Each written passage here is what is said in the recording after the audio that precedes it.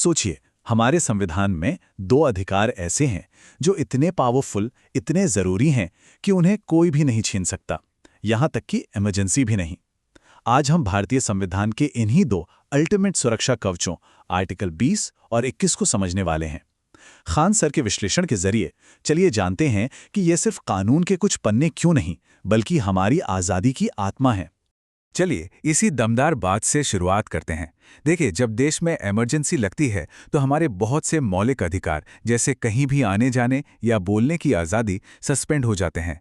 लेकिन आर्टिकल 20 और 21 इतने मजबूत हैं कि इन्हें कोई छू भी नहीं सकता, और यही बात इन्हें हमारे संविधान की नींव का सबसे मजबूत पत्थर बनाती है।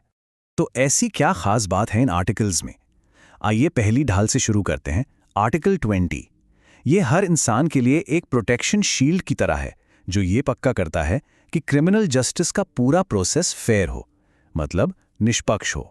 आर्टिकल 20 जो है ना, वो मेनली 3 पिलर्स पर खड़ा है जो हमें किसी भी मनमानी कार्रवाई से बचाते हैं। पहला, एक क्राइम के लिए एक ही सजा मिलेगी। दूसरा, सजा उस कानून के हिसाब से होगी जो क्राइम के वक्त लागू था। और तीसरा, किसी को भी खुद के खिलाफ गवाही देने के लिए मजबूर नहीं किया जा सकता। चलिए एक एक करके इन्हें समझते हैं। तो सबसे पहले आता है एक क्राइम एक सजा। इसका सीधा सा मतलब है कि किसी को भी एक ही गलती के लिए बार बार सजा नहीं मिल सकती। मान लीजिए किसी ने सोशल मीडिया पर कोई पोस्ट डाली और उस पर 10 अलग अलग शहरों में केस हो गया, तो क्या उसे 10 बार सजा होगी? जी नहीं, बिल्कुल नहीं। कानून के मुताबिक उन सभी केस को एक साथ क्लब कर दिया जाएगा और सजा सिर्फ एक बार ही दी जाएगी। अब दूसरे प्रोटेक्शन पर आते हैं, सजा उस समय के कानून के अनुसार। ये बड़ा इंटरेस्टिंग है। मान लीजिए किसी ने 2023 में कोई जुर्म किया जिसकी सजा उस टाइम के कानून में 5 साल थी, पर केस लंबा खिंच गया और 2025 में जब फैसला आया तब तक कानून बदल चुका था और सजा 10 साल हो गई थी। तो उसे कौन सी सजा मिलेगी, 5 साल या 10 साल? उसे सजा हमेशा उसी कानून के हिसाब से मिलेगी जो क्राइम करते वक्त था, यानी 5 साल की। बाद में बना कोई भी सख्त कानून पिछली तारीख से लागू नहीं हो सकता। और अब आते हैं तीसरे और शायद सबसे जरूरी प्रोटेक्शन पर, अपने ही खिलाफ गवाही देने से सुरक्षा। इसका मतलब है कि किसी भी आरोपी को यह मानने के लिए मजबूर नहीं किया जा सकता कि हां, मैंने ही जुर्म किया है। और पता है, यही वो बड़ी वजह है कि पुलिस के सामने दिया गया कोई भी कन्फेशन कोर्ट में सबूत के तौर पर नहीं माना जाता। अब इस पे ना खान सर एक बड़ी प्रैक्टिकल सलाह देते हैं। वो कहते हैं कि अगर कभी पुलिस हिरासत में दबाव बना रही है तो जुर्म कबूल कर लो, क्योंकि वो बयान वैसे भी कोर्ट में आपके खिलाफ सबूत नहीं बन सकता।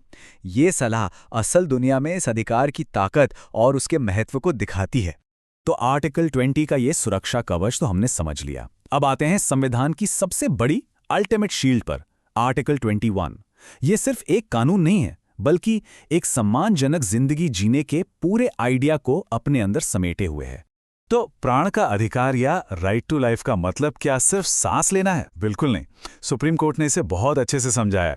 इसका मतलब सिर्फ जिंदा रहना नहीं, बल्कि डिग्निटी के साथ, सम्मान के साथ जीना है। और इसीलिए इसी अधिकार में हमें साफ हवा और प्रदूषण मुक्त माहौल का अधिकार भी मिलता है। और दैहिक स्वतंत्रता यानी पर्सनल लिबर्टी का मतलब तो और भी बड़ा है। ये सिर्फ आपको गैरकानूनी गिरफ्तारी से नहीं बचाती, नहीं, इसका मतलब है कि आपको अपनी जिंदगी अपनी शर्तों पर सम्मान के साथ जीने की पूरी आजादी है। किसी को उसकी मर्जी के खिलाफ शादी के लिए फोर्स करना सीधे सीधे इस अधिकार का उल्लंघन है। ये अधिकार पक्का करता है कि जिंदगी के बड़े फैसले कोई और नहीं बल्कि आप खुद लें। और एक बहुत जरूरी बात, आर्टिकल 21 ये भी साफ साफ कहता है कि किसी की जान लेने का हक सिर्फ कानून को है, वो भी एक तय कानूनी प्रक्रिया के बाद। इसका मतलब है कोई भी इंसान, पुलिस भी, कानून को अपने हाथ में लेकर किसी को सजा नहीं दे सकता। जैसा कि हैदराबाद इनकाउंटर केस में सवाल उठे थे, न्याय करना अदालत का काम है, सड़क पर इंसाफ करना नहीं। अब देखिए, जैसे जैसे टाइम बदला, आर्टिकल 21 का एक नया और आज के ज़माने में शायद सबसे ज़रूरी पहलू सामने आया है, जिसे हम कहते हैं निजता का अधिकार या राइट टू प्राइवेसी। ये आज के डिजिटल युग में हमारा सबसे बड़ा सुरक्षा कवच है, हमारा डिजिटल किला।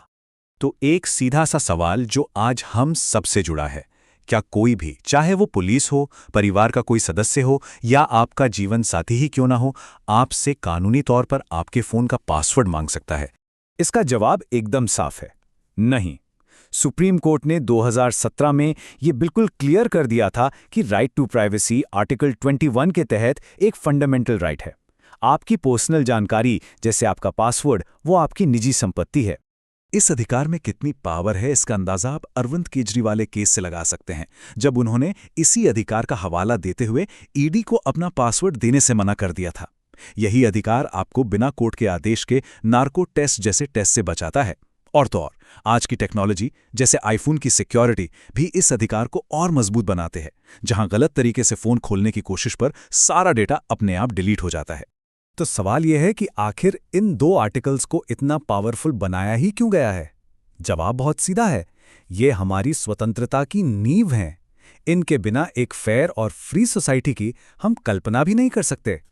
बस एक पल के लिए सोचिए, अगर आर्टिकल 20 को सिर्फ एक दिन के लिए भी हटा दिया जाए तो क्या होगा? पुलिस किसी को भी उठाकर डरा धमकाकर किसी भी जुर्म को कबूल करवा सकती है। खुद के खिलाफ गवाही न देने का ये जो प्रोटेक्शन है, इसके बिना तो न्याय का पूरा सिस्टम ही ढह जाएगा। तो ये पूरी बातचीत हमें एक बड़े सवाल पर लाके छोड़ देती है। अगर हमारी ये दो सबसे मजबूत ढालें आर्टिकल 20 और 21 सिर्फ एक दिन के लिए भी हटा दी जाएं, तो क्या हमारा समाज, हमारी आज़ादी और हमारी सुरक्षा वैसी ही रहेगी जैसी आज है? सोचिएगा ज़रूर।